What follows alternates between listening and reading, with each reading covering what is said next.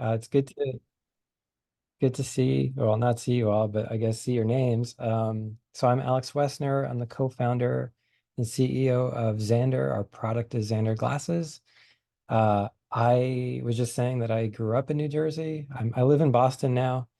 I've been here since the late 90s, I guess, but I grew up in New Jersey, went to in Paramus, went to Rutgers for undergrad, and then moved to Boston for grad school here.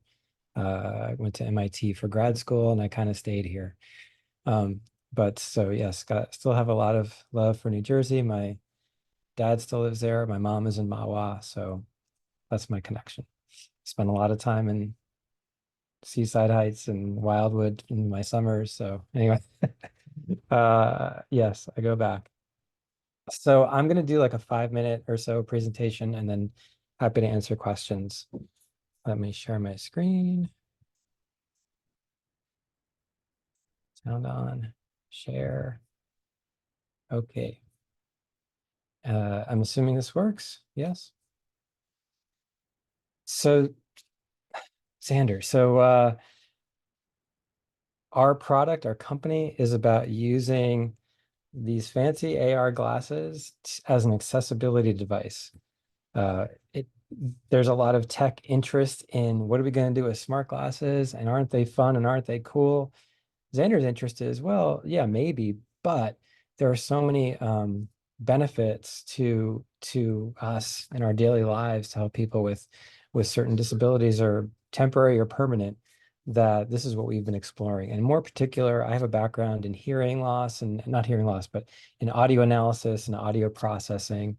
And so looking at how do we use this exciting technology, but to help people with hearing loss uh, in terms of can we use visual information to substitute when we can't hear? Just a little background on the who are we talking about here? Well, 1.5 billion people worldwide have hearing loss. It's pretty common mainstream problem that is not talked about very much. In America, it's 48 million Americans. Veterans are disproportionately affected. You can imagine like the explosions and gunfire and all the things that veterans are confronted with and have to deal with. It is a problem that tends to get worse as we age. Two other things I'll share is this great quote of when someone in the family has a hearing loss, the entire family has a hearing problem. Can't tell you how many stories we've heard from people where that is 100% true. We've heard from a lot of children of parents who have hearing loss, or my mother-in-law, my grandmother, my sister. I mean, it is really a family problem. It's a communication problem. It's a social problem. It's not an individual problem I can't hear, but if the real problem around hearing is communication. I also want to expand the talk to, it's not just physical hearing loss or neurological hearing loss. There's some people where you have an auditory processing disorder or delay where it's just hard or confusing to understand speech, but it's really easy for people to read. We've met a gentleman, a veteran who had a traumatic brain injury and has aphasia. He hears words. He says, I should know what they mean, but I kind of don't. But when I see the captions, I totally understand what you're telling me. If I'm only listening, I'm struggling. And he also said sometimes when he speaks, he isn't sure if he said what he thought he said because the word comes into his brain, he says it, and he's not sure if it came out right. So if he sees his own voice being captioned, that also is a reinforcement.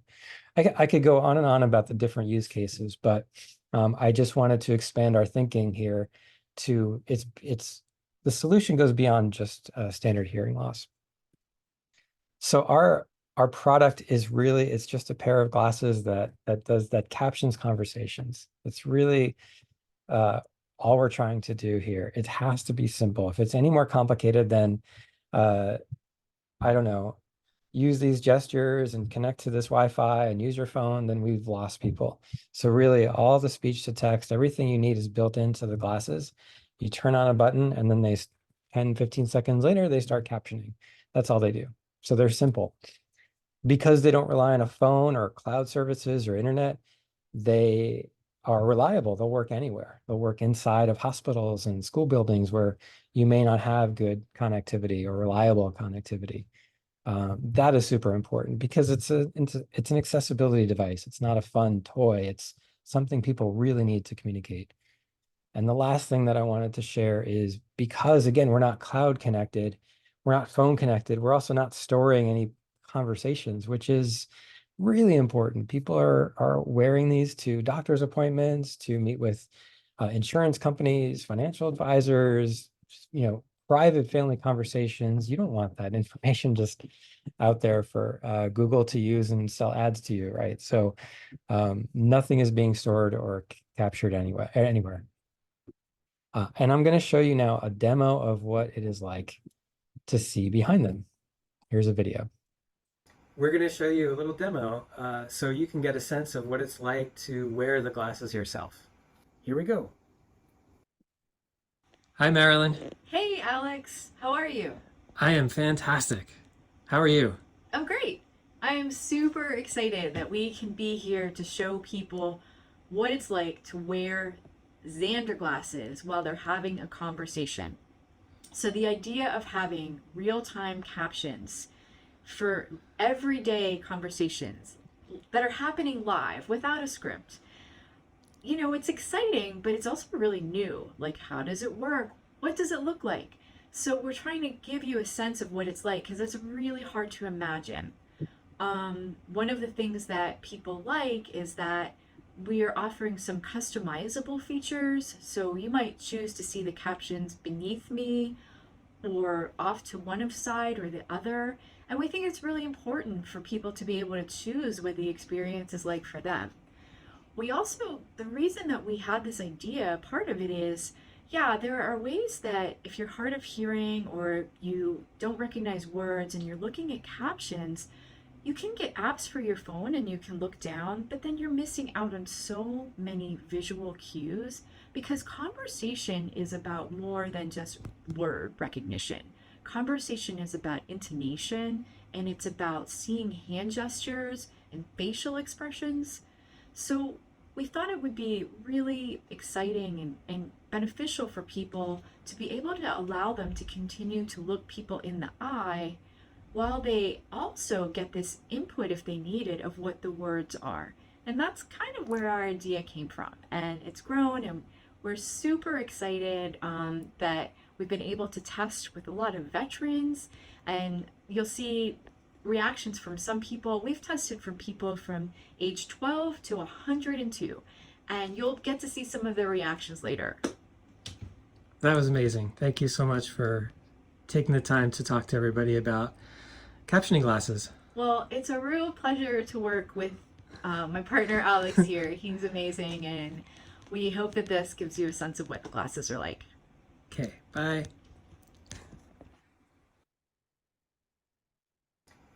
All right, that's a demo. You're not going to be able to read every single quote, but we have been delivering classes to consumers directly, to veterans through the VA. A lot of good positive feedback from end users, from audiologists who take care of them, and I'm happy to answer more about that.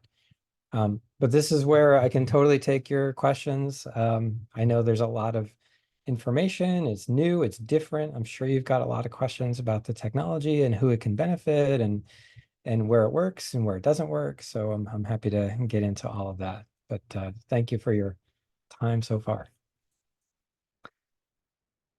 That is our info. I can share that later. I'm going to stop sharing. So yes. All right. I am looking at some questions. First question I see, what does it look like for the person you are speaking to? Oh, yeah, it's a good question. Can they see anything in the glasses? I'll put them on. I'll show you. This is what it looks like. And I'll turn them on so you can actually, I mean, you probably won't even see anything, but this is what they look like. The short answer is no, no one else can really see anything. When they're on, you might see, depending on the angle, you might see a little green box because the captions show up green as you saw from the video. So, but the other people won't really know. They'll see that you're wearing these different looking glasses, but they won't be able to see the captions. They won't be able to see anything else. It's really more of a private experience to you.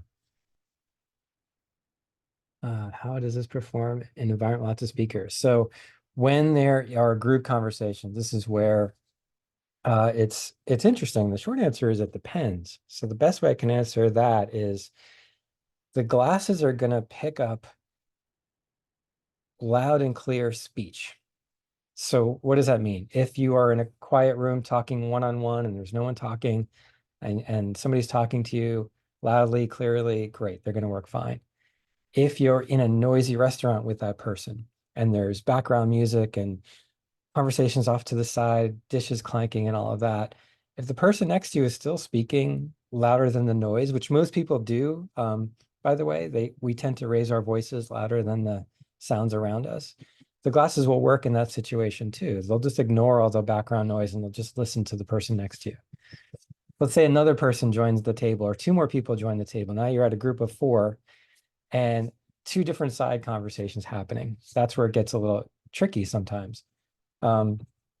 If you're talking to the person next to you and there's a side conversation across the table, again, as long as that person next to you is speaking louder than the conversation across the table, the glasses will work fine. If the person next to you is a quiet talker and the person across from you is a loud talker, then the glasses will probably pick up that other person. So I'm giving a lot of scenarios because there is no way to predict how they're going to work. It really is a matter of the situation that you're in. There's another thing that we do to help people, which is we include a little lavalier mic. I have one. Sorry. So you have a little remote microphone that you can use. This, if there's really a lot of people or you want to record a teacher or something like this has a 65-foot range. You can just give this to somebody, they can clip it on, or you can control it as the user. You can kind of steer it around, or you can put it in the middle of the table and capture a bunch of people. But people have found that this mic is really helpful to help them to kind of capture the sound that they're looking for. So that was a long answer to a great question about when does it work, when does it not work, how does it work with audio? Cool. Now I gotta catch up. Noisy environment. Plans different speakers, words, and different colors. That's a great question. So the question is, yeah, if we're captioning multiple voices, how do you differentiate between voices? Right now, we're not, but we are testing a technology that allows us to do that. We can't use color for two reasons. One is the glasses right now only have a green display for a lot of technical reasons. Also, with color blindness, color is not always a reliable differentiator, but we have been experimenting with just using a number. So a little number next to every caption, and people would have to keep track. Oh, that's number one, that's number two, that's person three, so that when they see the people talking, there would be a number before each person. So we just started testing that. It's early, but that's something that we're looking at to try to help. Do the glasses have cameras or are those microphones? Yes and no. So yes, the glasses have cameras. So we don't make the glasses. We source them from a company in Rochester, New York. They're called Vuzix. They've been doing smart glasses for 20 years. They make these glasses for totally other purposes and other businesses. We just found that their technology, while used for other reasons, is really perfect for our use case. So we have a relationship with them and we source glasses from them. These are there is a camera here, a video camera here, but we never use it, never goes on. I think this is just a fake uh, thing that makes the glasses look symmetrical, but there is a camera here that is never used. The microphones are here, they're built in. That's what we actually use to capture the speech, but we don't use the camera at all. Cool. Other questions. How close does a person have to be when speaking? How well does it work in a group of people, multiple voices? I kind of answered that, yeah. Accuracy though. Accuracy is an interesting topic. We found the glasses are about 85% accurate. And for people that have mild hearing loss, they'll put the glasses on and say, oh, it got that word wrong. And it got that word wrong. And we say, well, congratulations, you don't need your glasses because your hearing is better than what we're able to do with our captioning glasses. So they get disappointed because they want a cool gadget, but the reality is they just don't need it as much as some people who, we've met a veteran in Georgia who on a word recognition test with his hearing aids got 4 words right out of 140. He has severe to profound hearing loss. With the glasses on, he could recognize he got 4 words wrong. The glasses got 4 words wrong when he was wearing them. So this is the kind of thing that audiology just can't even deliver because his hearing is so severely impaired. So accuracy is about 85%, which means with mild hearing loss, they're not really going to help you that much. And we found that people even get overwhelmed because they're listening, they're reading, it's just too much information. But if you really just can't listen and hearing is really hard, then just reading the captions is actually a lot easier for people. There's a question about prescription lenses. Yes, so we can get prescription lenses made. Where are mine? I have mine somewhere. Oops, I don't want to break things. But yeah, they're little inserts. They sort of go, they snap in right behind the glasses. We can correct for myopia, like nearsightedness, but not farsightedness. So the captions actually appear in your distance vision. So they're not up here as you saw from the video. So if you need a prescription to see far away, then we can get prescription lenses made. If you need a prescription because you're for other reasons, then we can't. So there's a setting in your prescription called a sphere setting. We can only support a negative sphere setting. That's for distance correction. If you need a positive sphere setting, the lenses they won't fit the way the optics work. They just won't fit right. So we're still looking for solutions on how to address that. We also have been testing these little reading magnification stickers so that you could actually, if you needed reading magnifiers, like bifocals or progressives, we can't get progressives made, but with these little stickers, you can basically create bifocals from your Xander glasses. I have one veteran in Long Beach, California, using them now, and he loves it. So it feels like a good solution for you'd be able to read distance captions. So um, the one challenge is for public or for sharing, if people need prescription lenses normally, they may not be able to just pick up a pair of Xander glasses and put them on. They may not be able to read if their prescription's really strong. So we are testing another form factor that's a fits over pair of glasses. They're really big, they're clunky, but if you are attending a lecture for an hour or at an appointment and you're really stuck, then it's not the worst thing to have this fit over pair of glasses that gives you captions. We don't have it on our website. We're not advertising it yet, but we have good early testing results from that form factor as well. So that would be like we're working with the local museum here. So as an assistive solution for museum attendees, they're coming in off the street. We're not making prescription lenses for them. If they're wearing glasses, we don't want to turn them away. So the fit over solution would be what we would do in that scenario. Style. We have one style right now. It's a one size fits most. But over time, over the next several years, you know, these things will evolve. They'll look different. They'll look nicer. They'll have more options. But we are really early, I think, in this state of getting smart glasses to people. So right now it's one size, one color, one style. That'll change over time, but that's where we are today. Um, Questions on the microphones. We're not using directional microphones. One reason is as people's hearing loss really starts to deteriorate, they don't know who's talking. So if they're in a group, you would think, well, just give them like the ability to sort of tune what they're listening to. But if there's a bunch of people, they don't always know who's talking. Or if you have single-sided deafness, you may not be able to localize. So the user can't necessarily be a reliable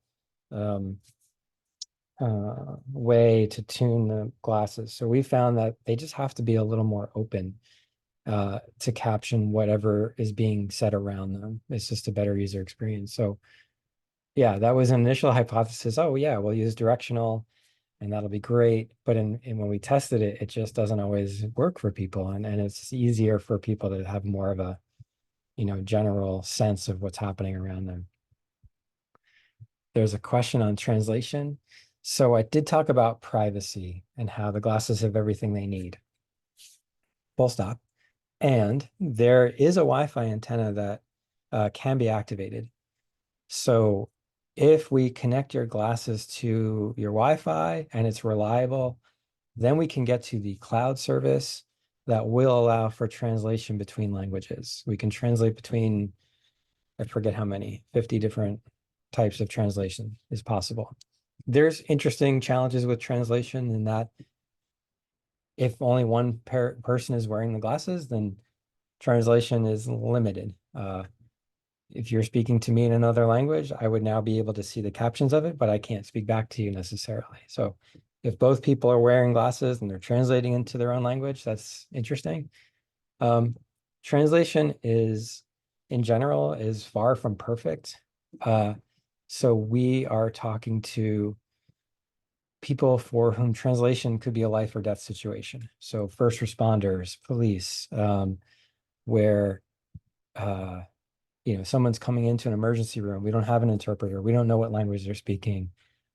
This could be the only way we can communicate with them. Let's try it, right? So because the accuracy is even worse. We talked about 85% accuracy for transcription. Well, the translation depends on having good accuracy for transcription. So if the initial word is wrong, like I was speaking to Spanish friend, and I said, oh, geez. And it translated to him as queso because it thought I said cheese, but I didn't. So that translation made absolutely no sense to him. So whereas in English, you could probably deduce between G's and cheese and using context, figure out, oh, I know what he said. So translation is fascinating. It's interesting. We're doing a lot of testing, but it has some fundamental problems that we'll have to fix over time. Uh, can the captions be saved? Yeah, so also on that idea of privacy, we wanted to make sure that everything was private. And there are so many use cases where people say, but can you save my conversation? Because I'm in a lecture and I need to know, or the doctor's giving me these instructions and I'm not following. So yes, we can. We just want to make sure that when we allow users to do that, we're doing that in a way that is going to protect and secure their data. That's super important. We don't want those conversations to get hacked or stolen or whatever. So we take the privacy piece very seriously. So we will introduce that feature as something an individual user can decide to use. But when we enable that, we want to make sure that all the infrastructure around it is set up so that to minimize any risk of that information being misused. Will you evolve to leverage a smartphone? Ooh. The short answer is kinda. So, right now we don't need a smartphone. That's a huge benefit for so many people. I was like, oh, great. I'm so relieved. I don't need to mess with my phone or Bluetooth pair and which would mess up with my hearing aid connection to my phone. And there's a lot of people who are psyched the fact that we don't need the phone to use it. But on the other hand, that means the glasses are doing a lot of work. So we have tested the idea of, well, let's offload all the processing that's happening in the glasses and move that to the phone. What we've seen happen is the phone is not a reliable device. We talked about simple, reliable, private. The phone is not reliable. You can be using it and then get a phone call. Your phone is doing so many different things that we've just found that it's not it has Bluetooth. We would rely on a Bluetooth radio, right? So what if you've got your hearing aids connected to your phone through Bluetooth? There is some risk of conflicts, bandwidth problems. So we've just found that if you just say, hi, just use your phone and connect them to your glasses, it is possible. There's a lot of trade-offs, and it sort of makes the brings down it makes it more complicated, less simple, and it sort of makes the experience less reliable and consistent. So it's possible, but we want to try to figure out if that is a direction and a trend and another way forward. How do we get some of that simplicity and reliability back? So if you are relying on another device, how do we um, make that experience just work better than the way it works out of the box? So that's another thing we're looking at. Last question in the chat says, how do you need to charge them? How long do they last before needing a charge? So they on a full battery, if I were talking constantly, it would use about 2.5 hours of you get about 2.5 hours of conversation time. In reality, people are not always um, talking constantly. So, for example, we went to a trade show and I had one pair of glasses on the trade show floor that lasted about 4.5 hours on a full charge because you're not talking all the time, right? So that gives you a range. It takes about 2 hours to charge from 0 to 100% is about 2 hours of a charge. The glasses, the price. So we are selling them for $5,000 a unit, a pair. That's the all-in price. There are no other subscriptions or no other add-ons. It's just that's the price, and you get everything. You get the microphones, you get a sunglasses clip-on. We even pay for prescription lenses for people because we just don't want to nickel and dime people. So you get everything for that at one price, which is convenient for a lot of institutions because they know what they're going to get. We've also have offered discounts to nonprofits, educational institutions, et cetera. So we've been able to go as low as $4,000. That's a little secret, but that's probably the lowest we can go.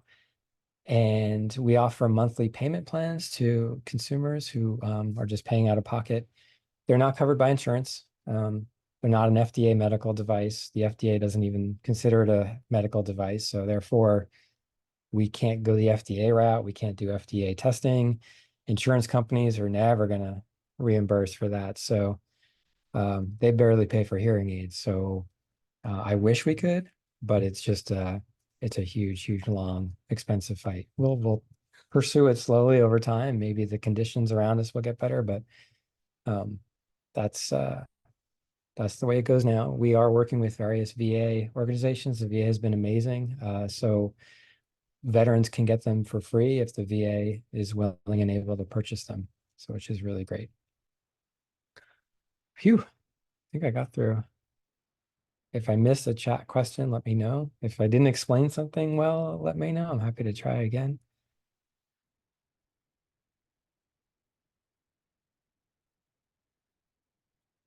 Was there any question you didn't ask that I usually get? Uh, when do they work? Charging, translation language. Oh, they support about a dozen different languages natively. So like English, Spanish, French, German, etc. So you can get different languages, captioning languages, not translating between languages, but captioning in different languages works out of the box. Oh, when we are we're developing an app that lets the user customize the captions. So not relying on it for the captioning part, but just as a setup. So the app has controls to position the captions in different areas or change the size of the text or the brightness. That's really all the app does, and choose the language. That's really what it does. But just a nice interface to allow people to customize it. Does the app run on a phone? We actually have it can. Yeah, we have a version of the app that runs on a phone. We're not sure yet what to do with that because we're focusing on the glasses as the form factor. But at some point, I could imagine that someone who owns the glasses would also be able to use the same thing on a phone. If their glasses weren't charging, they'd still be able to use their phone or something like that. But we do have captioning on a phone. There's just so many free apps out there that we just thought, why would we make another one if people already can get free captioning apps for their phone?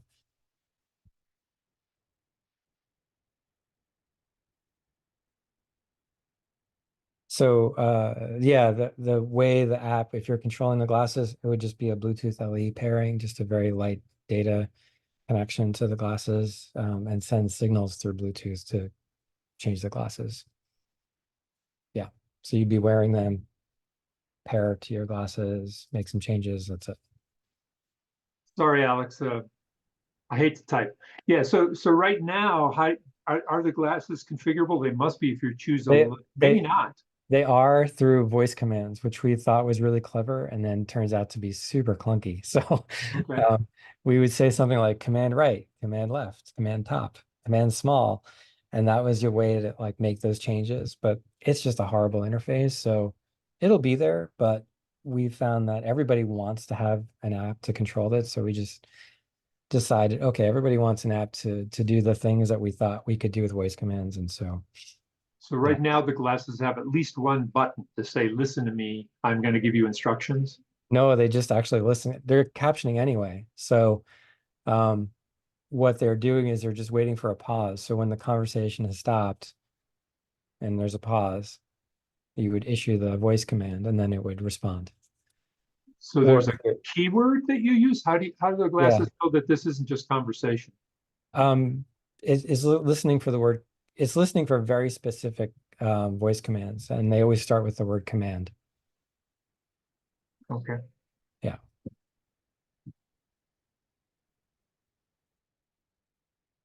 And they're waiting for a pause in the conversation. So if there's a bunch of captioning happening, it's not listening for voice commands. There has to be a clear pause.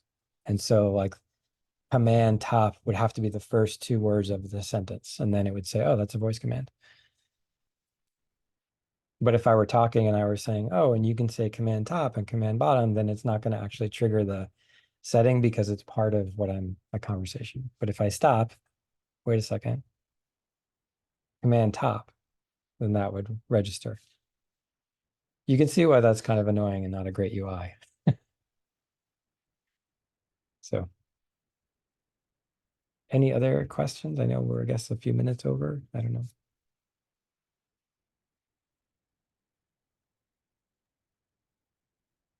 If you want to get in touch with me, our website, you can go to XanderGlasses.com or Xander.tech, XanderTech. Where it's really super easy to get in touch with us. There's chats, there's forums. Uh, Me and my co-founder and wife, Marilyn, answer them. So small company. We're 6 people remotely located around the US. Um, so we're here for anything y'all want to follow up on.